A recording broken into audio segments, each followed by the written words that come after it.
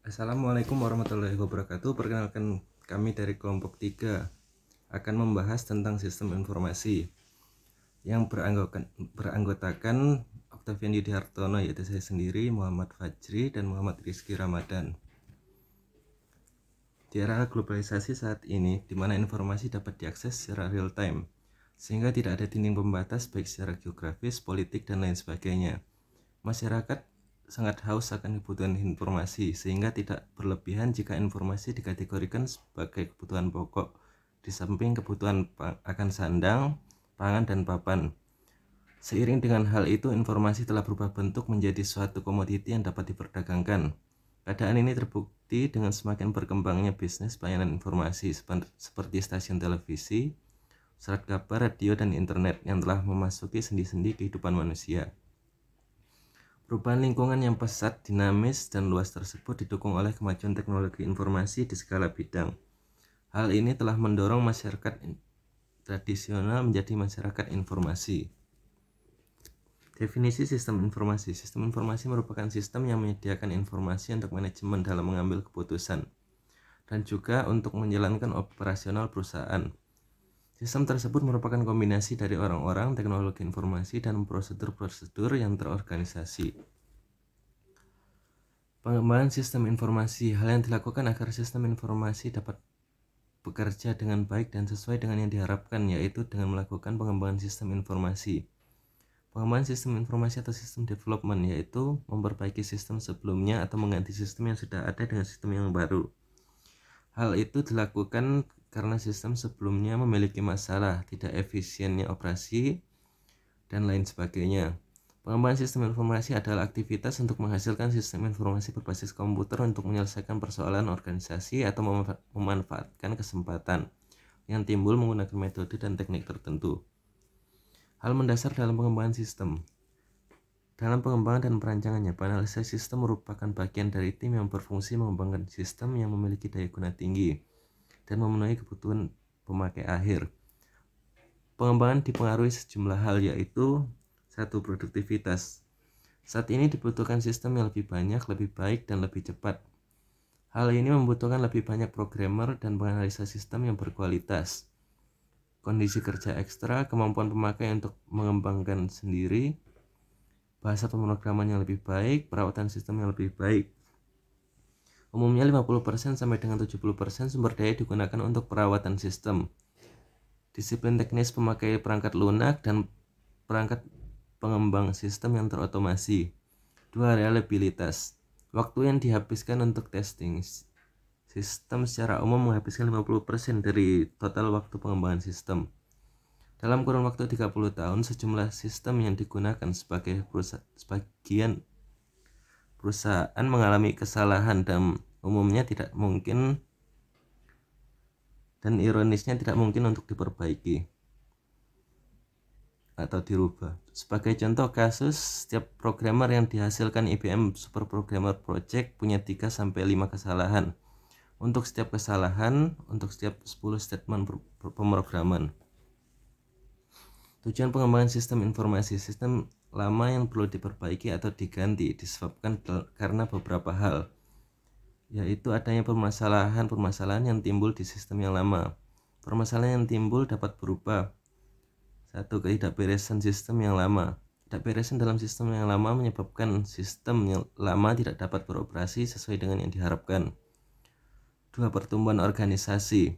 Kebutuhan informasi yang semakin luas, volume pengolahan data yang semakin meningkat, perubahan prinsip akuntansi yang menyebabkan harus disusunnya sistem yang baru, karena sistem yang lama tidak efektif lagi dan tidak dapat memenuhi lagi semua kebutuhan informasi yang dibutuhkan manajemen.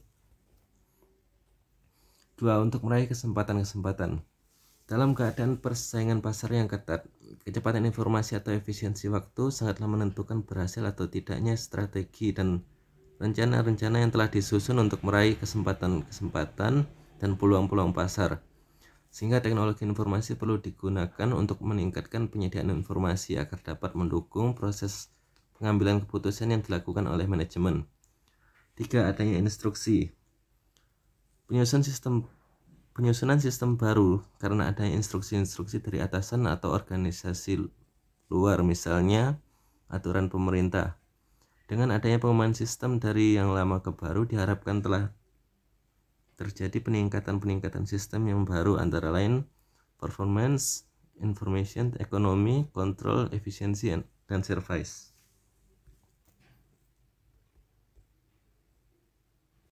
Baiklah, saya akan melanjutkan presentasi kelompok 3. Pada pembahasan selanjutnya adalah tentang prinsip pengembangan sistem informasi. Prinsip pengembangan sistem informasi terbagi menjadi 6. Yang pertama, ada sistem yang dikembangkan adalah untuk manajemen. Setelah sistem selesai dikembangkan, maka yang akan menggunakan informasi dari sistem itu adalah manajemen. Sehingga sistem harus dapat mendukung kebutuhan yang diperlukan oleh manajemen. Yang kedua, ada sistem yang dikembangkan adalah investasi modal yang besar. Sistem informasi yang akan Anda kembangkan membutuhkan dana modal yang tidak sedikit, apalagi dengan digunakan teknologi yang mutakhir. Sistem yang dikembangkan ini merupakan investasi modal yang besar, seperti halnya dengan investasi modal lain yang dilakukan oleh perusahaan. Maka setiap investasi modal harus mempertimbangkan dua hal berikut ini. Yang pertama, ada semua alternatif yang ada harus diinvestigasi. Yang kedua, investasi yang terbaik harus bernilai.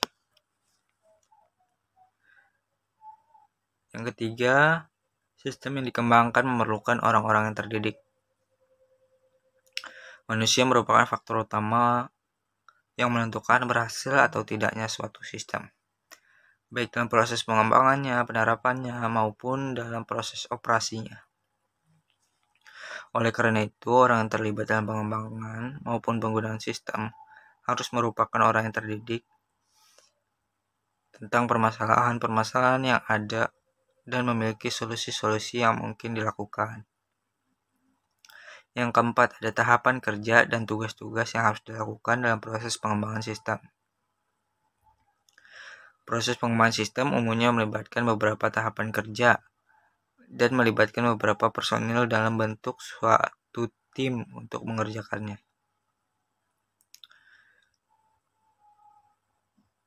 Pengalaman menunjukkan bahwa tanpa adanya perencanaan dan koordinasi yang baik, maka proses pengembangan sistem tidak akan berhasil dan memuaskan.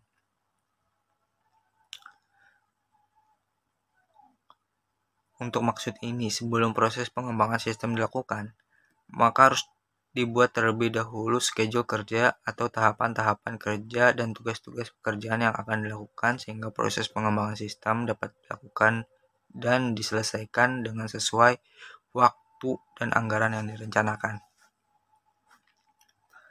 Yang kelima adalah proses pengembangan sistem tidak harus urut. Prinsip ini kelihatannya bertentangan dengan prinsip nomor 4.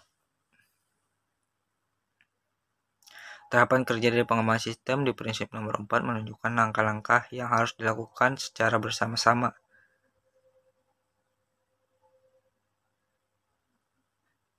Misalnya, di dalam pengembangan sistem, perancangan output merupakan tahapan yang harus dilakukan sebelum perancangan file. Berarti bahwa semua output harus dirancang semua terlebih dahulu baru dapat melakukan perancangan file, tetapi dapat dilakukan secara serentak, yaitu waktu proses pengadaan hardware. Yang keenam, jangan takut membatalkan proyek. Keputusan untuk meneruskan suatu proyek atau membatalkan memang harus dievaluasi dengan cermat.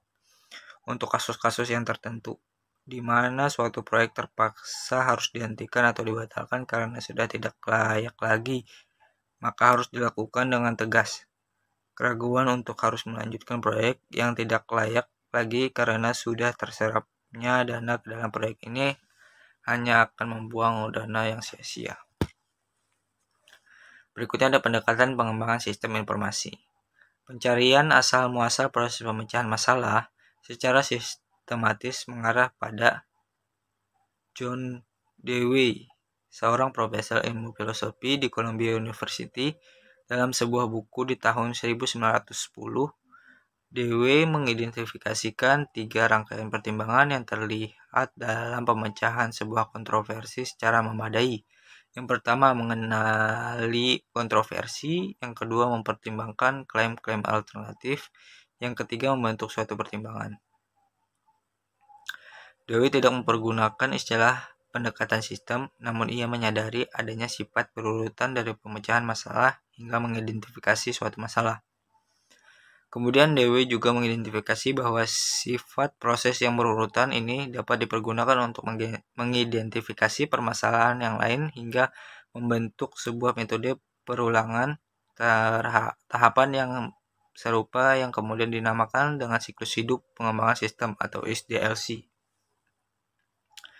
Siklus hidup pengembangan sistem atau SDLC merupakan sebuah metodologi adalah suatu cara yang direkomendasikan dalam melakukan sesuatu. Pendekatan sistem adalah metodologi dasar dalam segala memecahkan jenis masalah.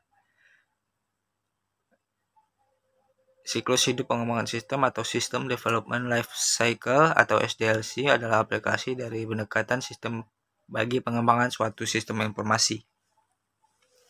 Di sini ada SDLC tradisional. Tidak dibutuhkan waktu lama bagi seseorang pengembang sistem yang pertama untuk mengetahui bahwa terdapat beberapa tahapan pekerjaan pengembangan yang perlu dilakukan dalam urutan tertentu. Jika suatu proyek ingin memiliki kemungkinan berhasil, maka harus memiliki tahapan-tahapan tersebut. Yang pertama, perancangan, analisis, implementasi, dan pengguna. Proyek direncanakan dari sumber-sumber daya yang dibutuhkan untuk melakukan pekerjaan kemudian disatukan. Sistem yang ada juga dianalisis untuk memahami masalah menentukan persyaratan fungsional dari sistem yang baru. Sistem yang baru ini kemudian dirancang dan diimplementasikan.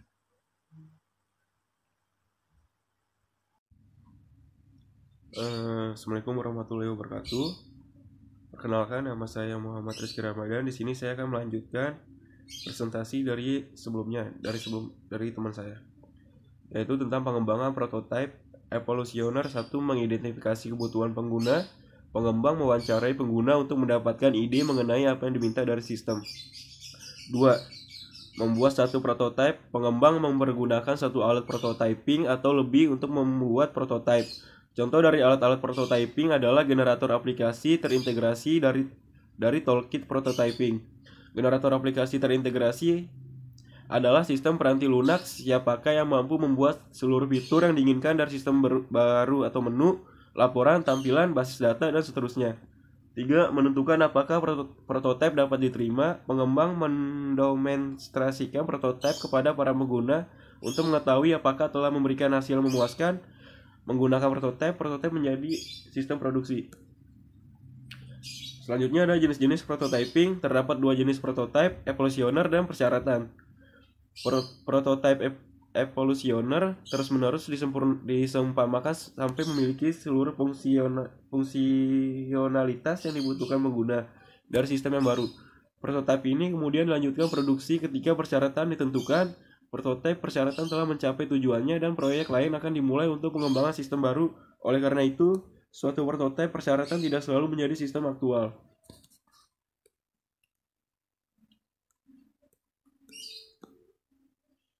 Selanjutnya ada pengembangan prototipe evolusioner. 1. Mengidentifikasi kebutuhan pengguna. Pengembang mewawancarai pengguna untuk mendapatkan ide mengenai apa yang diminta dari sistem. 2. Membuat suatu prototipe. Pengembang mempergunakan suatu alat prototyping atau lebih untuk membuat prototipe. Contoh dari alat-alat prototyping adalah generator aplikasi terintegrasi dan Toolkit Prototyping. 3. Menentukan apakah prototipe dapat diterima. 4. Menggunakan prototipe menjadi sistem produksi. Langkah-langkah yang terlibat dalam pembuatan sebuah tipe prototipe persyaratan. 1. Membuat kode sistem baru. Pengembangan menggunakan prototipe sebagai dasar untuk pengkodean sistem baru. 2. Menguji sistem baru. Pengembangan menguji sistem. 3. Menentukan apakah sistem yang baru dapat diterima. Penggunaan memberitahukan kepada pengembang apakah sistem dapat diterima. Dan yang terakhir ada membuat sistem baru menjadi sistem produksi. Tahapan pengembangan sistem informasi. Secara umum, tahapan informasi sebagai berikut. 1. Survei sistem. 2. Analisis sistem. 3. Desain sistem. 4. Pembuatan sistem. 5. Implementasi dan pemeliharaan sistem. Alat-alat dalam pengembangan sistem informasi. Yang pertama ada HIPPO diagram, data flow diagram, struktur chart, SADT diagram, Jackson diagram. Diagram-diagram di atas digunakan untuk menggambarkan suatu mode tertentu. Ada beberapa grafik yang bersifat umum, yaitu bagan untuk menggambarkan aktivitas atau aktivitas charting seperti bagian alir sistem, bagian alir program, bagian alir kertas kerja, bagian alir hubungan database, bagian alir proses, dan Gantt chart. Yang kedua ada bagan untuk menggambarkan tata letak. 3. Bagan untuk menggambarkan hubungan personil seperti bagan distribusi, kerja, dan bagan organisasi. Penutup. Simpulan. Informasi sangat bermanfaat bagi manusia karena dapat membantu dalam pekerjaan sehari-hari, dan teknologi informasi akan lebih membantu manusia untuk mendapatkan banyak informasi. Walau begitu, setiap pengguna teknologi informasi harus menggunakannya dengan semestinya dan tidak merugikan siapapun. Sebuah informasi yang baik dapat dihasilkan oleh sebuah sistem informasi yang baik pula. Pengembangan sistem informasi berguna untuk meningkatkan kualitas informasi yang dihasilkan. Dengan melakukan pengembangan sistem informasi, dapat memperbaiki kesalahan-kesalahan atau problem pada sistem informasi dan dapat menghemat biaya pengeluaran bagi sebuah perusahaan atau organisasi.